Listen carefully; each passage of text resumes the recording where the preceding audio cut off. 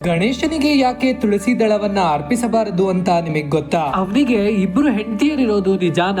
ಈ ಕತೆ ಕೇಳಿ. ಪುರಾಣದ ಪ್ರಕಾರ ಯೌವನದಲ್ಲಿದ್ದ ಗಣೇಶ ಗಂಗಾ ನದಿಯ ದಡದಲ್ಲಿ ಒಮ್ಮೆ ತಪಸ್ಸು ಮಾಡುತ್ತಿರುತ್ತಾನೆ. ಇನ್ನೊಂದೆಡೆ ಧರ್ಮನ ಮಗಳಾದ ತುಳಸಿ ಮದುವೆಯಾಗುವ ಉದ್ದೇಶದಿಂದ ತೀರ್ಥಯಾತ್ರೆಗೆ ತೆರಳಿರುತ್ತಾಳೆ. ಗಣೇಶನನ್ನ ನೋಡಿ ಆಕರ್ಷಿತಳಾದ ತುಳಸಿ ಅವನನ್ನ ಮದುವೆಯಾಗುವ ಪ್ರಸ್ತಾಪ ಮಾಡುತ್ತಾಳೆ.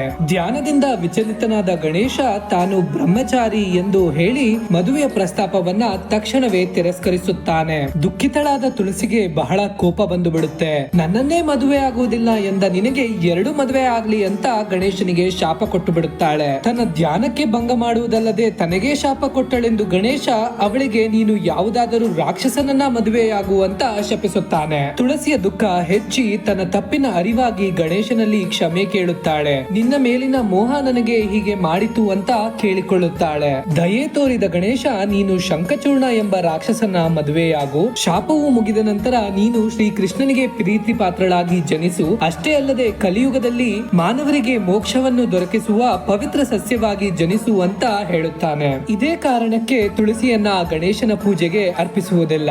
ಮುಂದೆ ತುಳಸಿಯ ಶಾಪದಿಂದ ಗಣೇಶ ಸಿದ್ಧಿ ಬುದ್ಧಿ ಎಂಬುವವರನ್ನ ಮದುವೆಯಾಗಿ ಅವನಿಗೆ ಶುಭ ಲಾಭ ಅನ್ನೋ 2 ಮಕ್ಕಳು ಸಹ ಆಗ್ತಾರೆ. ಇದೇ ತರಹದ ಪುರಾಣದ ಕಥೆಗಳಿಗಾಗಿ ನಮ್ಮ YouTube channel Puranas by Sachin subscribe ಮಾಡೋದನ್ನ ಮರಿಬೇಡಿ.